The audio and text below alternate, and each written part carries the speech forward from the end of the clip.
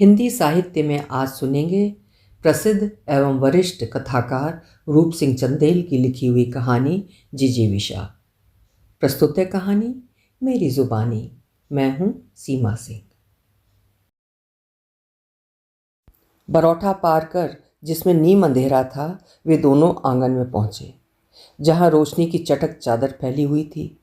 घर में चारों ओर नजरें घुमाकर उन्होंने देखा, लेकिन आंगन के कोने में नहान से हटकर मिट्टी के बने ऊंचे गमले में घने तुलसी के पौधे के साथ बस एक गौरैया बैठी दिखाई दी। वो जाती हुई ठंड का मौसम था। घर में उस गौरैया के अलावा किसी के होने का आभास नहीं मिल रहा था। डॉक्टर प्रकाश बुदबुदाए, लगता है घर में कोई नहीं। विनीत चुप रहा।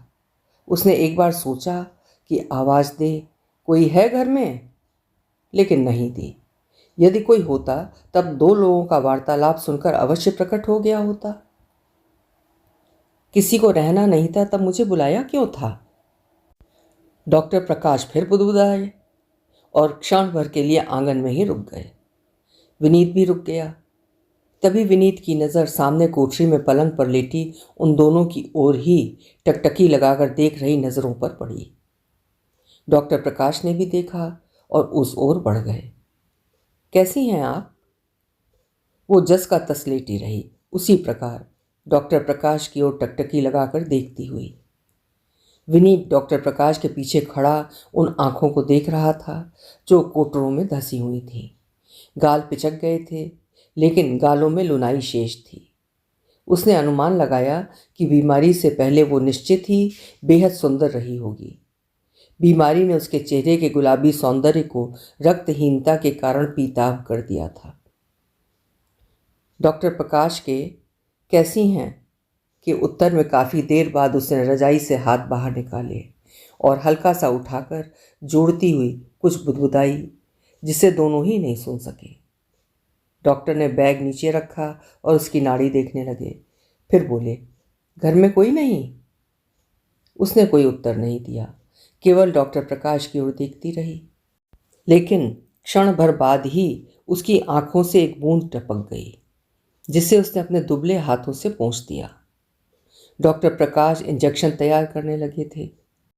वो पलंग पर सीधी लेट गई और इंजेक्शन तैयार करते डॉक्टर की ओर टकटकी लगाकर देखती रही। विनीत को आश्चर्य हो रहा था कि जब मौसम गर्म हो रहा था और लोगों ने ऊनी कपड़े ताह कर रख दिए थे, तब भी उसका शरीर रजाई से ढका हुआ था। उसने डॉक्टर प्रकाश से पूछना चाहा, लेकिन चुप रहा। डॉक्टर प्रकाश इंजेक्शन तैयार करने में व्यस्त थे। पहली बार विनीत चंद्रपाल सिंह के घर के अंदर गया था। जब वो गांव में रहता था तब वो यही भ्रम पाले था कि चंद्रपाल सिंह पत्नी को कानपुर में साथ रखते हैं, लेकिन ऐसा नहीं था। वो तो गांव के उस घर में ही कैद थी। इंजेक्शन लगाने के बाद डॉक्टर प्रकाश उससे बोले, चिंता न करें, आप ठीक हो जाएंगी। 3 महीने लगेंगे। कोर्स पूरा होने के बाद आप बिल्कुल चंगी हो जाएंगी। उसने कोई उत्तर नहीं दिया, पूर्ववत डॉक्टर प्रकाश की ओर देखती रही। डॉक्टर प्रकाश ने बैग से निकालकर गोलियों की एक शीशी उसे दी। दिन में 3 बार एक एक टैबलेट लेना है। उसने सिर हिलाकर दवा लेने का संकेत किया। आपकी सास और मौसी सास जी कहाँ हैं? डॉक्टर प्रकाश ने पूछा।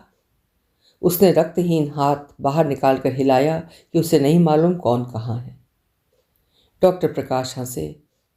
ठीक है, कल फिर आऊँगा। हर दिन इंजेक्शन लगेंगे। आपके घर वालों ने देर कर दी, वरना।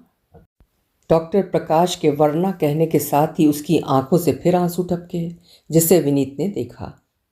डॉक्टर प्रकाश बैग संभालकर आंगन की ओर मुड़ चुके थे। इस बार उसने विनीत पर टकटकी लगाकर बुदबुदा कर पूछा, भैया आप? मैं विनीत हूँ, शहर में पढ़ता हूँ। उसने दाहिने हाथ को इस प्रकार हिलाया मानो आशीर्वाद दे रही थी कि खूब पढ़ो। लौटते हुए विनीत ने डॉक्टर प्रकाश से पूछा, इन्हें क्या हुआ है? टीबी, डॉक्टर ने लंबी सांस खींचते हुए कहा। बहुत देर कर दी इलाज में, पता नहीं कैसे लोग हैं। इसके ससुर, सास, मौसिया सास और देवर में से इस समय घर में कोई भी नहीं। मुझे आना है ये उन्हें पता था, फिर भी। डॉक्टर के स्वर में क्षुब्धता थी। सही इलाज मिला ही नहीं उसे। मुझे 1 सप्ताह पहले इनकी सास ने बुलाकर इन्हें दिखाया। ओह, विनीत केवल इतना ही कह सका। जब उनका विवाह हुआ, विनीत गांव से 3 मील दूर के गांव में 6वीं में पढ़ता था। बड़ी धूमधाम से चंद्रपाल सिंह से उनकी शादी हुई थी। चंद्रपाल सिंह गांव के पहले युवक थे जो बीए करके कानपुर के हार्नेस फैक्ट्री, जिसे ऑर्डिनेंस इक्विपमेंट फैक्ट्री कहा जाता है, में क्लर्क बन गए थे। लगभग 5 फुट 8 इंच लंबे चंद्रपाल सिंह गेहुआ रंग, भरे बदन और चौड़े चेहरे वाले स्वभाव के शुष्क युवक थे। उनके पिता सरदार सिंह गांव के प्रधान रहे थे। सरदार सिंह वास्तव में अपनी ससुराल में घर जमाई बनकर आए थे। कानपुर में दर्शनपुरवा में उनका अपना बड़ा सा घर था। वो 2 भाई थे। सरदार सिंह बड़े थे। उनकी पत्नी 2 बहनें थीं। बड़ी बहन कैलाशा शादी के 2 साल बाद ही विधवा होकर गोद में बेटी को लिए मायके लौट आई थीं, बल्कि ये कहना अधिक सही होगा कि लौटने के लिए विवश की गई थीं ससुराल वालों की ओर से। कैलाशा की छोटी बहन थी देवी। देवी और कैलाशा ही अपने पिता की संतानें थीं। भाई कोई नहीं था उनके। देवी के विवाह को लेकर उनके पिता की एकमात्र शर्त ये थी कि जो युवक उनके घर आकर अर्थात घर जमाई बनकर रहेगा, वो उसी से ही देवी की शादी करेंगे। उनके पास 40 बीघे खेत थे, 2 भैंसें और एक गाय के साथ एक जोड़ी बैल थे। देवी और कैलाशा के पिता को उस संपत्ति को संभालने और देवी के साथ कैलाशा और उनकी बेटी को सुरक्षा देने का अहम प्रश्न था। ये संयोग ही था कि जिस पहले लड़के को उन्होंने देवी के लिए देखा वो सरदार सिंह थे, और सरदार सिंह के पिता को बेटे के घर जमाई बनकर रहने में कोई ऐतराज़ नहीं था। 20 मील की दूरी पर बसा गांव। सरदार सिंह के पिता ने हाँ की और देवी शादी के कुछ दिनों बाद पति के साथ पिता के घर आकर रहने लगी थी। सरदार सिंह ने हाई स्कूल तक शिक्षा पाई थी। कुछ दिनों तक उन्हें गांव रास नहीं आया, गोबर की गंध और शहरी चहल पहल से दूर। लेकिन देवी के सौंदर्य और उनके पिता द्वारा मिलने वाले पुत्रवत प्रेम ने सरदार सिंह को ऐसा बांधा कि वो गांव में ऐसा रचे बसे कि शहर कभी कभार ही जाने लगे। ससुर ने खेत और बगीचे देवी के नाम लिखवा दिए थे। कैलाशा ने संपत्ति में अपना अधिकार छोड़ दिया था। हालांकि पिता ने कैलाशा की बेटी के भविष्य को ध्यान में रखते हुए आधी संपत्ति उनके नाम लिखना चाहा था, लेकिन कैलाशा छोटी बहन को इतना अधिक प्रेम करती थी कि उन्होंने स्पष्ट इनकार कर दिया था। एक कारण सरदार सिंह के साथ देवी की शादी के पिता की शर्त भी थी।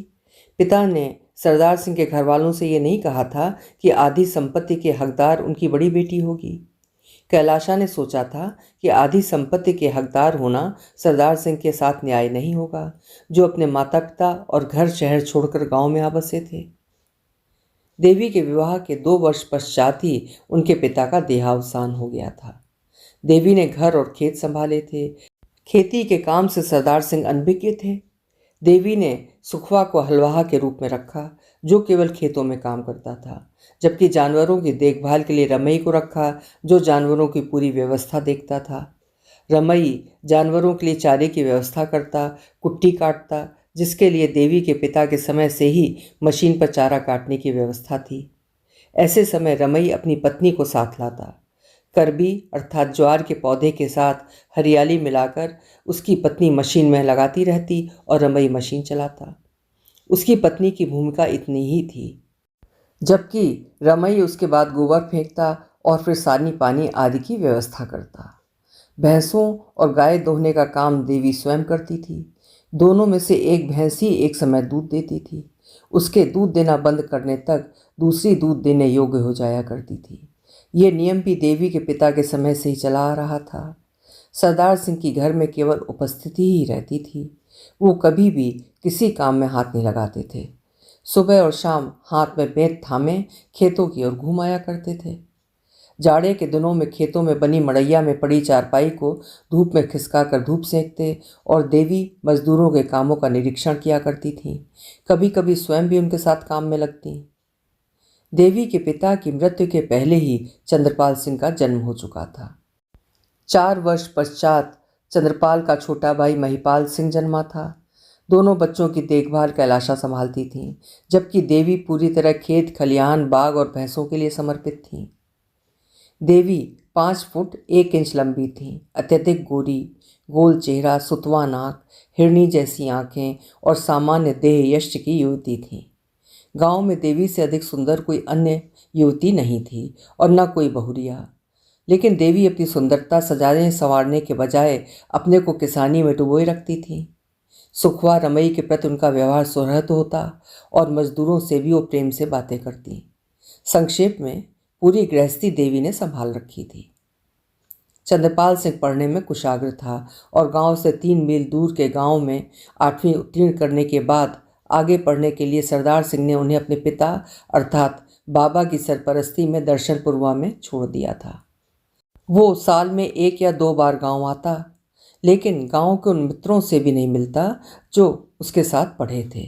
वो या तो घर में रहता या खेतों में चक्कर लगा कर आता। गर्मियों में चंद्रपाल आमों की फसल के समय आता। जब शहर लौटने लगता, देवी आमों का थैला थमाते हुए कहती, बाबा दादी के लिए लेते जाओ। चंद्रपाल इनकार कर देता, मैं मजूर नहीं, उन्हें आम भिजवाने हैं तो सुखवा से भेजो। माँ चुप रह जाती। इंटरमीडिएट उत्तीर्ण करने के बाद चंद्रपाल ने डीएवी कॉलेज में बीए में प्रवेश लिया और बीए करने तक गांव न जाने का निर्णय किया। चंद्रपाल सिंह ने डीएवी कॉलेज से एमए किया, जबकि 8वीं तक पढ़ने के बाद महिपाल ने मां के साथ खेत संभाले। दादा दादी तभी दिवंगत हो चुके थे जब चंद्रपाल हाई स्कूल में पढ़ रहा था। चंद्रपाल की व्यवस्था चाचा चाची ने उनकी मृत्यु के बाद भी संभाल रखी थी, लेकिन नौकरी लगते ही चाचा चाची का संरक्षण उसे स्वीकार नहीं हुआ और उसने एक दिन खुलकर उनसे अपनी इच्छा प्रकट की थी, घर के बंटवारे को लेकर। बबुआ, चाचा बोले थे, ये घर तुम्हारे दादा ने नहीं, उनके पिता ने बनवाया था। ये पुरखों की निशानी है, इसे ऐसे ही रहने दो तो ठीक रहेगा। तुम अपने लिए जितने कमरे चाहिए ले लो, लेकिन बीच में दीवार खड़ी करना सही नहीं होगा। हम पुराने बाशिंदा हैं, पूरी बस्ती तुम्हारे दादा दादी को चाहती और मानती रही है। ये सब देखकर लोग क्या कहेंगे? कुछ नहीं कहेंगे चाचा, परिवार बढ़ता है तो ये सब होता ही है, लोग जानते हैं। तब भैया को बुला दो, वो जैसा कहेंगे। चाचा करतार सिंह ने मरे से स्वर में कहा। चंद्रपाल ने गांव से पिता और मां को बुलाया। उन दोनों ने भी वही चाहा जो सरदार सिंह का छोटा भाई चाहता था, लेकिन चंद्रपाल अडिग था। उसने धमकी दी कि यदि दीवार खड़ी करके उसका हिस्सा अलग न किया गया तब वो इस घर को छोड़कर कहीं किराए का मकान लेकर रहने लगेगा। झुकना पड़ा था दोनों भाइयों को और घर में दीवार खड़ी हो गई थी। वो दीवार घर में ही खड़ी नहीं हुई थी, बल्कि संबंधों में भी खड़ी हो गई थी। चंद्रपाल ने बंटवारा क्यों चाहा था, इस पर से जल्दी ही पर्दा उठ गया था। करतार सिंह ने एक दिन एक युवती के साथ चंद्रपाल को घर आते देखा था। अकेले युवक के साथ खाली घर में युवती का आना करतार सिंह चौंके थे। अगर रोका न गया तो चंद्रपाल इसे कहीं सिलसिला न बना ले और मोहल्ले में बदनामी हो। चंद्रपाल मोहल्ले में किसी से बात नहीं करता था। बचपन से आज तक किसी लड़के से मित्रता नहीं थी।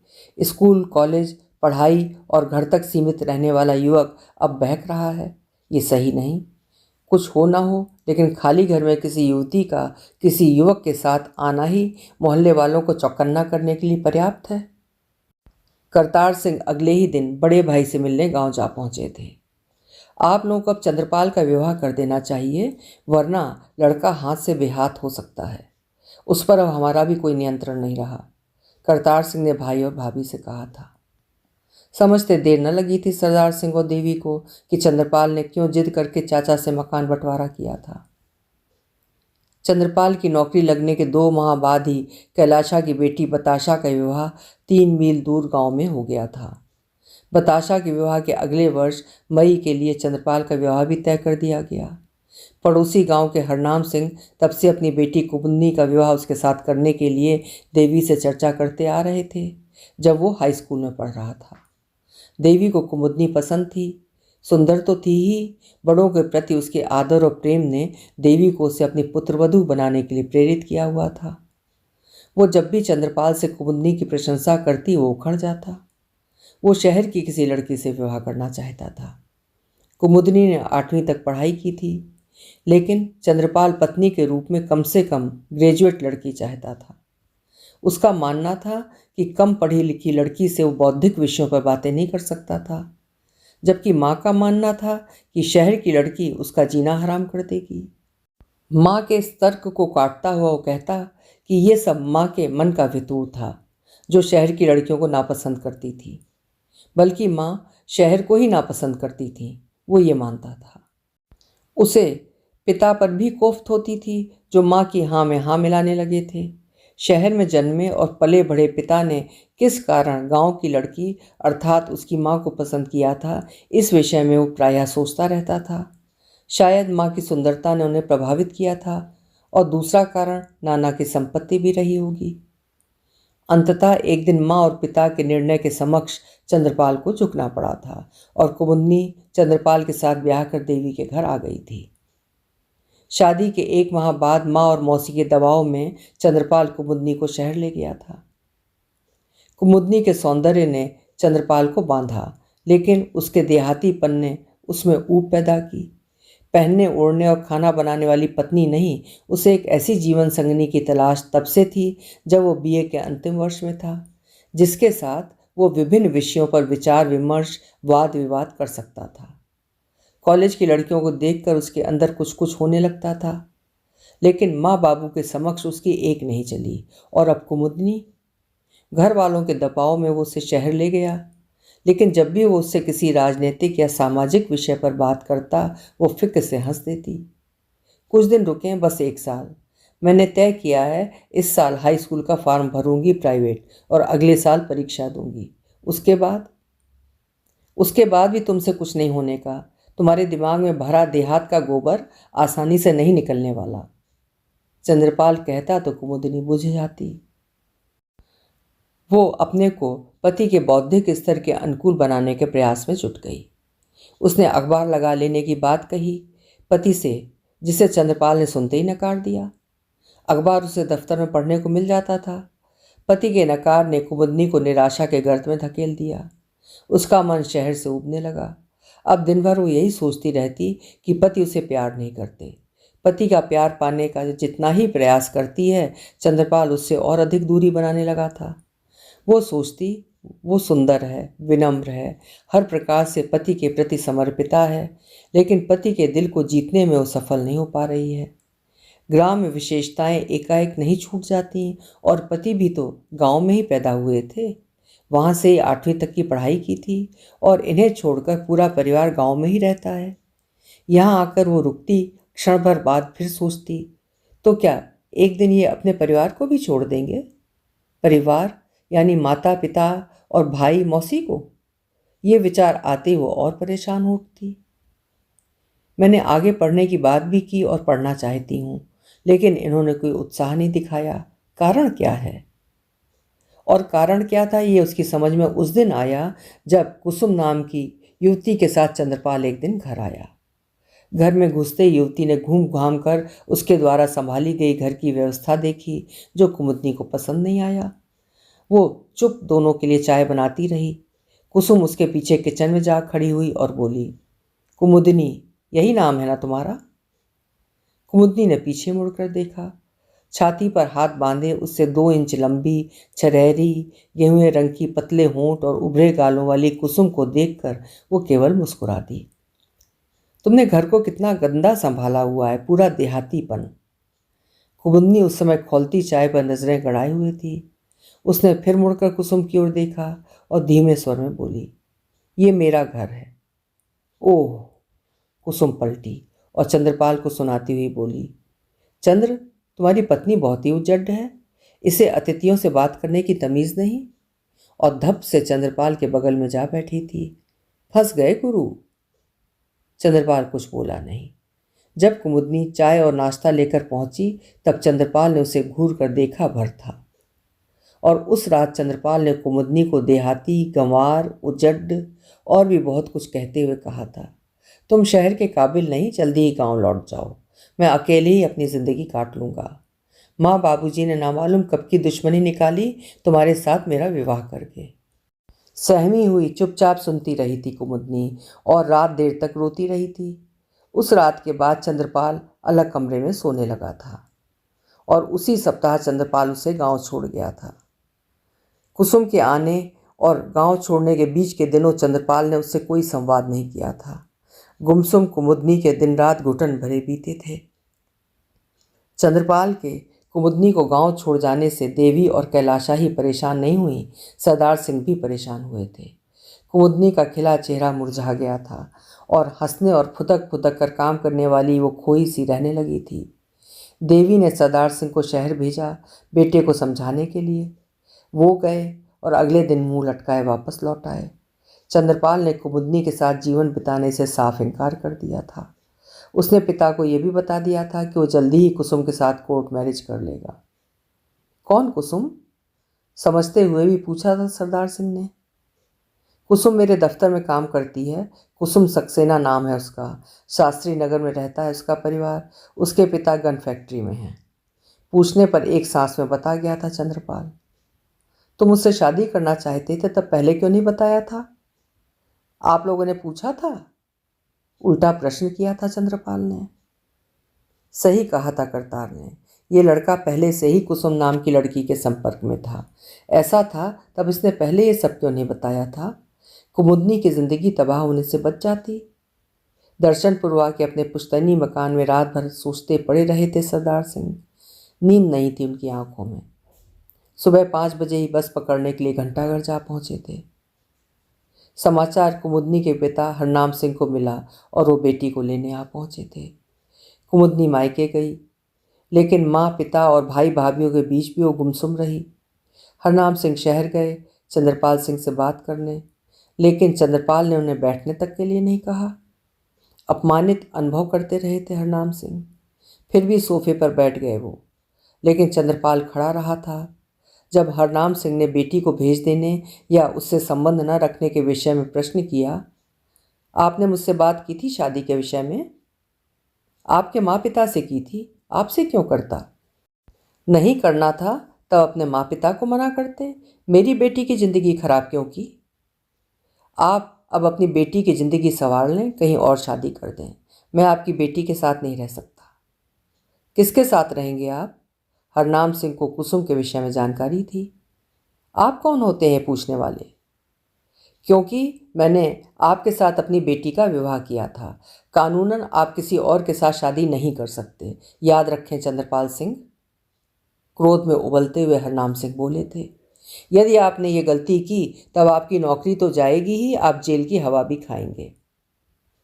आप इसी वक्त घर से निकल जाएं, चीखा था चंद्रपाल। आप मुझे जेल भिजवाएंगे? यहाँ रुकने की आवश्यकता नहीं, तुरंत दफा हो जाएं। हरनाम सिंह जिंदगी में इतना कभी अपमानित नहीं हुए थे। कुमुदनी का स्वास्थ्य गिरता गया। गांव के वैद्य का इलाज प्रारंभ हुआ, लेकिन उससे कोई लाभ नहीं हो रहा था। हरनाम सिंह एक दिन उसे शहर ले गए, लेकिन वहाँ का डॉक्टर भी मर्ज पकड़ नहीं पाया। उसने उसके गिरते स्वास्थ्य के लिए उसके साथ उत्पन्न परिस्थितियों को दोषी बताया, परिस्थितियाँ जो पति द्वारा पैदा की गई थीं। डॉक्टर के अनुसार उसे शारीरिक नहीं मानसिक बीमारी है और उसके लिए आवश्यक है कि उसे एक स्वस्थ वातावरण दिया जाए। स्वस्थ वातावरण का मतलब पूछने पर डॉक्टर ने कहा कि उसे इस अनुभूति से उबारा जाए कि जिस घर में वो ब्याह कर गई थी वो अब भी उसी का है। इसका मतलब ये है कि इसे ससुराल भेजा जाए? हरनाम सिंह ने डॉक्टर से पूछा। मैं तो यही सोचता हूँ। शहर से लौटकर हरनाम सिंह ने सरदार सिंह से बात की। वो भी यही सोच रहे थे। एक दिन कुमुदनी वापस ससुराल पहुंचा दी गई थी। पौष माह, प्रचंड जाड़ा था। खेतों में निराई का काम चल रहा था। महिपाल और देवी मजदूरों और हलवाहाओं के साथ खेतों में सुबह ही चले जाते थे। भैंस और गाय को देवी ही धोती थीं और खेतों की ओर जाने से पहले दूहा दूध बाल्टी में कपड़े से ढककर चौपाल के साथ बने एक चबूतरे पर रखकर दूधिया का इंतजार किया करती थीं। आधा दूध अर्थात 3 लीटर दूध प्रतिदिन दूधिया को बेचती थी, जिसमें कुछ पानी वो मिला दिया करती थी। दूधिया को एक बार शक हुआ था और उसने कहा था, बुआ आप मेरे सामने दूध निकाला करें। देवी को कोई आपत्ति नहीं थी। उन्होंने पहले इसका उपाय सोच रखा था। साइकिल की ट्यूब में पानी भरकर उसे कमर में बांधकर धोती में छुपा लिया था और दूध काढ़ते समय उसकी टोटी निकालकर बाल्टी में पानी गिरा दिया था। दूधिया समझ नहीं पाया। उसने हर दिन की भांति ही दूध पतला पाया और सोचने के लिए विवश हुआ था कि देवी बुआ की भैंसिया पतला दूध ही निकालती है। जब तक देवी दूध नापकर हारे यानी खेतों की ओर जाने के लिए तैयार होती, कुमुदनी सभी के लिए नाश्ता बनाकर बांध देती थी। मजदूरों को भी चबेना देना होता। जिसके लिए देवी ने आसान तरीका खोज लिया था। वो उनके लिए सत्तू और नमक ले जाती और जब लगता कि लगातार एक ही चीज़ देने पर मज़दूरों को शिकायत हो सकती है, वो कुमुदनी को मज़दूरों के लिए बेझर के पराठे बना देने के लिए कह देती, जिसके साथ आम का अचार और बुकनू देती। सास और देवर के जाने के बाद कुमुदनी नहान पर बैठ जाती और अपने प्रारब्ध पर सोचने लगती। मौसी सास कैलाशा देर से बिस्तर छोड़ती थी और वो रसोई के काम से मुक्त होकर बैठी ही होती कि उनकी आवाज़ सुनाई देती, कुमुद मेरे लिए चाह बना दो। और कुमुदनी फिर चूल्हा गरमाने लगती। कैलाशा के साथ वो ससुर के लिए भी चाय बना देती, जो या तो जंगल से लौट चुके होते या लौटने वाले होते। यदि नहीं लौटे होते तब उनके आने पर उसी चाय को गरमा कर उन्हें देती और चाय के बिगड़े स्वाद पर सरदार सिंह कुछ नहीं कहते थे। सच ये था कि कुमुदनी की स्थिति से सर्वाधिक परेशान सरदार सिंह ही थे।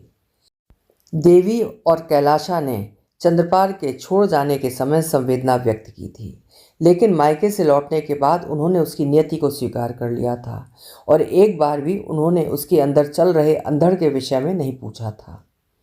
महिपाल पहले भी निष्प्रह था और अब भी था। भौजाई की उपस्थिति और अनुपस्थिति का उसके लिए कोई अर्थ नहीं था। उसका शौक बैलों को सजाना और उन्हें अच्छी खुराक देना था। उसे उन जानवरों से अधिक प्रेम था।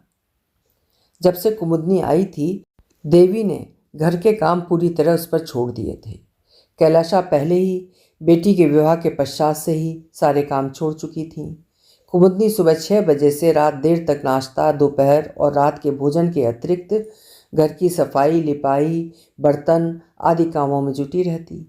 लेकिन पति की उपेक्षा का भाव उसकी इस व्यस्तता से कम न होकर दिन प्रतिदिन बढ़ता ही जा रहा था।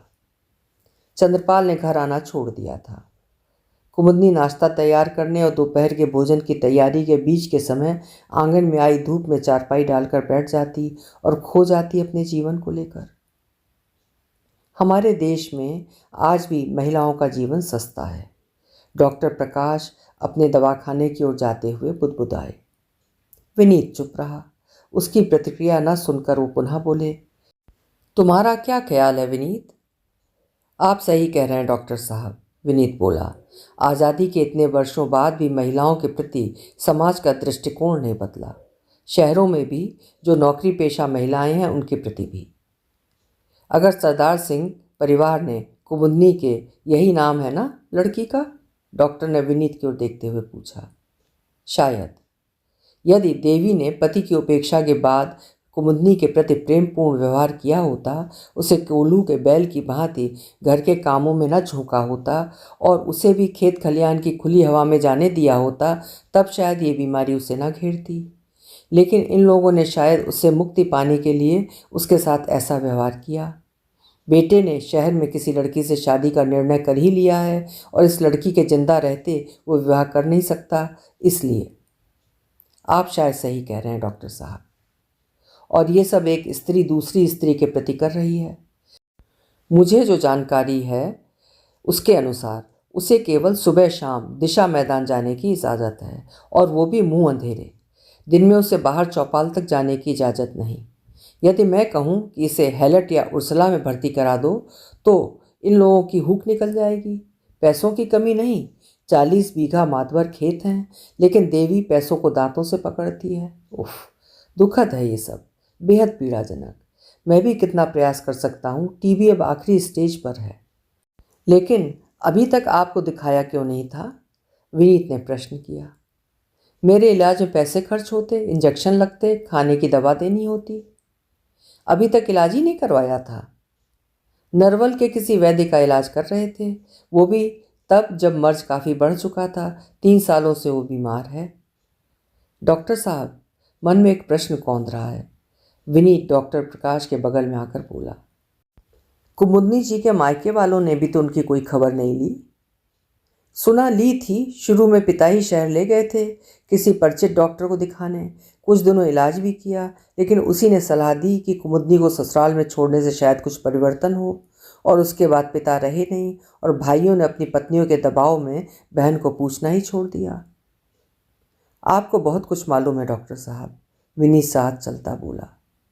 गांव है विनीत, यहाँ मिनटों में खबरें एक छोर से दूसरे छोर की यात्रा करती हैं। सही कह रहे हैं, विनीत बोला। आपका इलाज और कुमुदनी जी का भाग्य, स्थिति तो खराब है ही। मेरी ओर देखती उनकी आंखों में जीने की जो चाह मुझे दिखाई दी, वैसी ही चाह जो मृत्यु की ओर बढ़ रहे व्यक्ति में होती है, जो जानता है कि उसका भविष्य अनिश्चित है। उनकी आंखों में समाई उस जिजीविषा को शायद ही कभी जीवन में मैं भूल पाऊंगा, डॉक्टर साहब। डॉक्टर प्रकाश चुप रहे थे। कुमुदनी का स्वास्थ्य दिन प्रतिदिन खराब होता जा रहा था। नरवल के वैद्य के इलाज से लाभ नहीं हो रहा था, उससे काम हो नहीं पाता, लेकिन वो कुछ कह नहीं पाती थी। कुछ कहती तब 100 बातें देवी और कैलाशा सुना देती। हमें नहीं पता था कि तू इतनी कुलच्छ नहीं होगी। आते बेटे को घर से अलग कर दिया, पिता को खा गई, अब भाई लोग भी तुझसे मुंह चुराते हैं।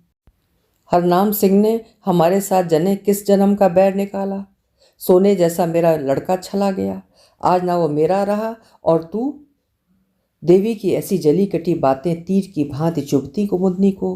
वो कोठरी में जाकर मुंह बंद कर से सकती, जिससे रोने की आवाज़ आंगन तक ना जा सके, जहाँ कैलासा लेटी बैठी रहती थी। कुमुदनी की बिगड़ती हालात देख एक दिन गांव की एक महिला पार्वती ने देवी से कहा, बुआ बहू को टीबी है, आप उससे खाना बनवा रही हो? यह छुआछूत की बीमारी है, बहू को तो हर चीज़ से दूर रखना चाहिए। उसका बनाया खाना खाकर आप सभी को टीबी हो जाएगी। सुनकर देवी मुंह बाए उसकी ओर देखती रही थी। सच? वो केवल इतना ही कह पाई थी। दुनिया जानती है, लेकिन आपको लगता है कि जानकर उस बेचारी को सजा देने के लिए काम में झोंके रहती हैं।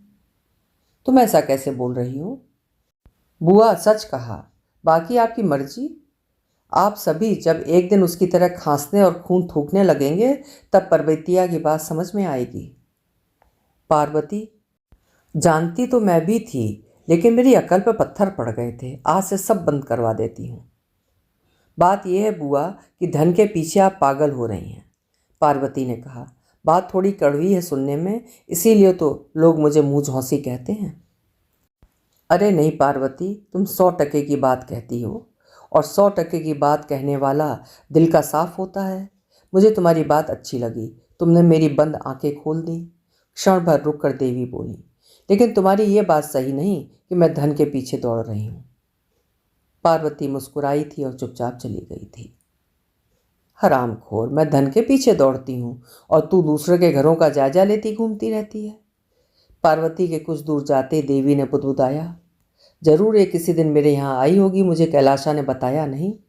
कोई नहीं, ये दिन भर इसी तरह डांव डांव गांव में घूमती रहती है, मेहनत करने से जी चुराती है और पैसे पैसे के लिए मोहताज रहती है, और जो मेहनत करके 2 पैसे कमाते हैं उनसे जलती है, हरामखोर।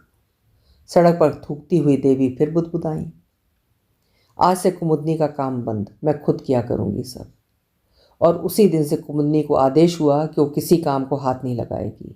उसके लिए पलंग और कोठरी निश्चित कर दी गई। वो किसी के सामने नहीं आएगी, ये आदेश भी उसे देवी ने सुना दिया।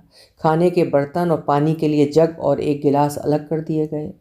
उसकी कोठरी और आंगन के अतिरिक्त घर की हर जगह उसके लिए निषिद्ध हो गई। उसे दूर से खाना दिया जाता और अपने बर्तन उसे स्वयं मांजने होते थे। कुमुदनी की कोठरी में प्रकाश कम रहता, सीलन भरी थी कोठरी। 1 वर्ष से ऊपर हो चुका था उसे। मिट्टी की बढ़िया तोड़कर उसके खप्पर में राख भरकर उसके पलंग के सिरहाने नीचे रख दिया गया था। खांसी आने पर बलगम उसी में थूकना होता उसे। 1 वर्ष से उसके थूक में खून आने लगा था। प्रतिदिन रात में कुमुदनी स्वयं किसी प्रकार उठकर उस खप्पर की राख घर के बाहर फेंक आती थी, जिसे सुबह सफाई करने आने वाली प्रकाशो झाड़ कर ले जाती थी। मरना निश्चित ही है इस कुमुदनी का। फिर कुछ दिन डॉक्टर प्रकाश का इलाज भी कर लिया जाना चाहिए, जिससे गांव वालों के मुंह पे ताला लग जाए कि हमने उसका इलाज नहीं करवाया, सोचा एक दिन देवी ने। और एक दिन सुबह डॉक्टर प्रकाश के दवाखाने में जा पहुंची थी। डॉक्टर प्रकाश ने 1 साल पहले ही गांव में दवाखाना खोला था। वो हर दिन सुबह 12 नंबर अर्थात टेलडॉन से शहर से आते।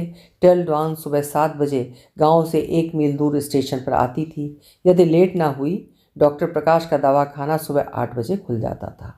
वो 1 बजे तक बैठते और उसके बाद बस लेकर शहर लौट जाया करते थे, जहाँ किदवई नगर में उनका घर और क्लिनिक थे। उस क्लिनिक में वो शाम को बैठते थे। शनिवार और रविवार को डॉक्टर गांव का दवाखाना बंद रखते थे। डॉक्टर प्रकाश का इलाज समाप्त होने के बाद भी कुमुदनी के स्वास्थ्य में सुधार नहीं हुआ। घानी भर पैसे खर्च करवा दिए, अब किस्मत में ठीक होना नहीं तब कोई क्या करे। प्रकाश बाबू से अच्छा डॉक्टर तो 10 कोसी में नहीं, अब कुछ नहीं हो सकता। देवी गांव की स्त्रियों के पूछने पर कहती और उनके पुनः कोई और प्रश्न करने से पहले ही हाथ झटक कर चल देती।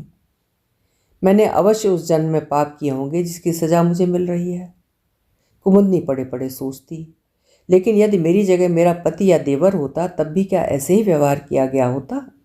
आखिर कब तक महिलाओं की दुर्दशा होती रहेगी? समाज में कब तक उन्हें तीसरे चौथे दर्जे का समझा जाता रहेगा? शादी में मोटा दहेज चाहिए होता है, मेरे पिता ने भी दिया था, लेकिन लड़की का उस पर कोई अधिकार नहीं होता। दहेज मिलने के बाद भी उसे ससुराल में कूड़ा समझा जाता है और मायके में रहते बोझ। ये स्थिति कब बदलेगी? मैं तो नहीं रहूँगी। डॉक्टर प्रकाश ने बता दिया है कि अब कुछ नहीं हो सकता। कुछ करने के लिए कानपुर ले जाना होगा, वहाँ के टीबी अस्पताल में भर्ती करना होगा। कौन करेगा? जिस पर मेरी जिम्मेदारी सौंपी गई थी वो किसी और के साथ, कुसुम नाम की उस लड़की के साथ गुलछर्रे उड़ा रहा है, और मैं एक अभिशप्त जीवन की लौ के बुझने के इंतजार में छत की कड़ियाँ गिन रही हूँ। मरना है। प्रकृति ने मेरे साथ जो क्रूर व्यवहार किया है उसे मैं प्रकृति का उपहार समझ रही हूँ। जिंदगी भर की यातना से मर जाना ही सही है। लेकिन जिन कारणों मेरी ये स्थिति बनी, प्रकृति से वो छुपा नहीं, उससे कुछ भी छुपा नहीं रहता। वो जितनी कृपालु है उतनी ही निर्मम भी। अचानक उसे पीठ में असह्य दर्द हुआ और तड़प उठी। चिंतन भंग हुआ। तभी उसे तेज खांसी आई और बलगम के साथ खून का मोटा थक्का निकला। पीठ के असह्य दर्द के साथ फेफड़ों में भी दर्द हो रहा था। फिर भी मुंह में भरे बलगम को उसे थूकना था और उसने पलंग की पाटी पर दाहिना हाथ रखकर किसी प्रकार अपने को उठाया और झुककर खपरे की राख पर थूक दिया। मार्च माह से प्रारंभ डॉक्टर प्रकाश का उपचार जून में समाप्त हो गया था। देवी ने कुमुदनी के लिए जो कोठरी और पलंग निर्धारित किया था, न पलंग बदला गया और न ही उसका स्थान। चारपाई पकड़ने के बाद से कुमुदनी उसी कोठरी का हिस्सा बनकर रह गई थी।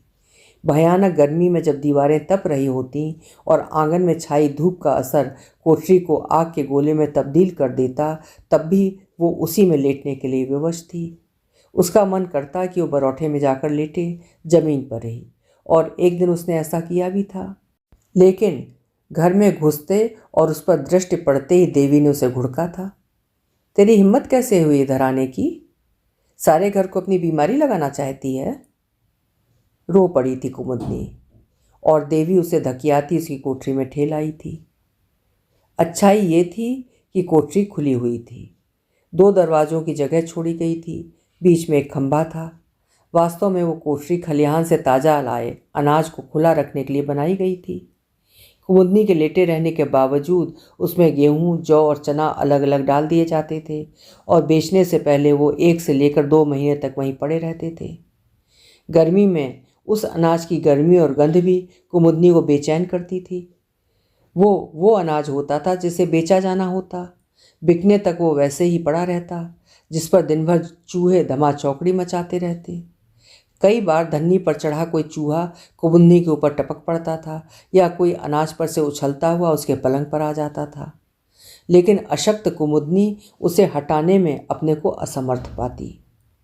कुमुदनी में दिशा मैदान जाने की शक्ति भी नहीं बची थी, लेकिन जाना तो था ही। मोटे बांस का एक डंडा उसके सिरहाने रख दिया गया था।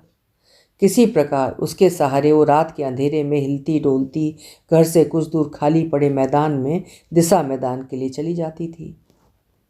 कल तक जो कुमुदनी जीना चाह रही थी और उसे यकीन हुआ था कि डॉक्टर प्रकाश के इलाज से वो स्वस्थ हो जाएगी, और प्रारंभ में उसमें कुछ परिवर्तन भी हुआ था, लेकिन बीतते समय के साथ बेहतर होता दिखता स्वास्थ्य जब फिर गिरने लगा और तेजी से गिरने लगा, तब उसके जीने की चाहत समाप्त हो गई थी। एक दिन अत्यंत मंद स्वर में उसने डॉक्टर से कहा था, डॉक्टर साहब, इस इंजेक्शन के बजाय आप मुझे जहर का कोई इंजेक्शन दे दें, जीने की इच्छा बची नहीं अब। ऐसा नहीं सोचते, आप जल्दी ही स्वस्थ हो जाएंगी, समय तो लगता ही है, हंसकर डॉक्टर प्रकाश ने कहा था। कुमुदनी डॉक्टर प्रकाश के चेहरे की ओर देखती रही थी, बोली नहीं थी। देवी ने मान लिया था कि मरना ही कुमुदनी की मुक्ति थी। यह ज्ञान पाते देवी का व्यवहार उसके प्रति कुछ नर्म पड़ा था। मरते इंसान को शांतिपूर्वक मरना चाहिए और उसके प्रति दया भाव रखना चाहिए। देवी ने सोचा था और ये बात बहन को भी कह दी थी। दोनों कुमुदनी के प्रति अकस्मात सहृदय हो उठी थीं, लेकिन उन दोनों के बदले व्यवहार की ओर कुमुदनी ने ध्यान नहीं दिया था। वो स्वयं मान चुकी थी कि दुनिया से जल्दी ही उसका वास्ता समाप्त होने वाला था। किसका व्यवहार उसके प्रति कैसा था, इस विषय में सोचने की क्षमता उसमें शेष न बची थी। अपने ससुर और देवर की उसने लंबे समय से शक्ल भी नहीं देखी थी।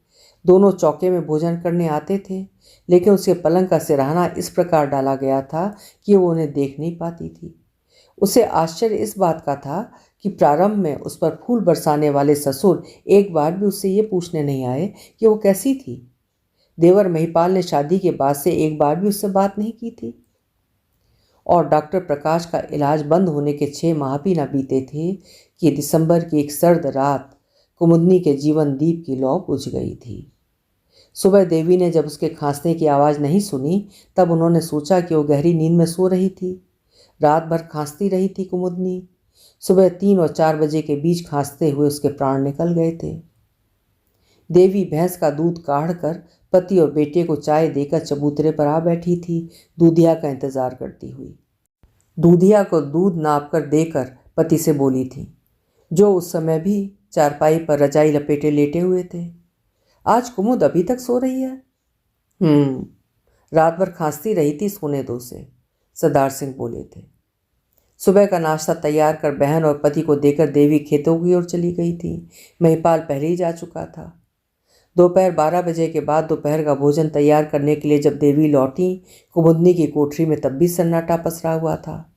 उन्होंने कैलाशा से पूछा, कुमुद उठी थी? ना, मैंने तो नहीं जाना। देवी को आशंका हुई। वो कुमुद की कोठरी के निकट नाहक पर जाकर खड़ी हो गई और उसे देर तक आवाज़ देती रही, लेकिन कुमुद होती तब बोलती ना। देवी ने उसे हिलाया। कुमुद का निर्जीव शरीर रजाई के नीचे बाईं ओर लुढ़क गया। देवी चीखी। कैलाशा, कुमुदनी चली गई, और उन्होंने विलाप करना शुरू कर दिया। बाहर चौपाल पर बैठे सरदार सिंह और महिपाल आंगन में आ गए। खत्म? सरदार सिंह ने आते ही हाथ हिलाकर पूछा। देवी उसी प्रकार विलाप करती रहीं, जिससे घर के बाहर निकलने वालों को यह जानकारी मिल जाए कि बहू नहीं रही थी। कुमुदनी की मृत्यु पर वे सभी एकत्रित हुए जिन्होंने जीवित रहते हुए ही उसे मरा समझ लिया था। उसके भाई पहुंचे। महिपाल मोटरसाइकिल से चंद्रपाल को दफ्तर से ले आया था। चंद्रपाल के आने से पहले उसकी अर्थी तैयार कर दी गई थी। टीबी के मरीज को अधिक रोकना उचित नहीं माना जाता, इसलिए शाम 5 बजे के लगभग गांव के 10 लोगों के साथ अपनी अंतिम यात्रा के लिए निकल पड़ी थी कुमुदनी। अभी आप सुन रहे थे वरिष्ठ कहानीकार रूप सिंह चंदेल जी की लिखी हुई कहानी जिजीविषा। भारतीय ग्रामीण समाज में पति द्वारा पसंद न की जाने वाली स्त्री की कमोबेश बिल्कुल यही दशा होती थी। आशा है ये हृदय स्पर्शी कहानी आपको पसंद आई होगी। कल फिर मिलेंगे। आपका समय शुभ हो।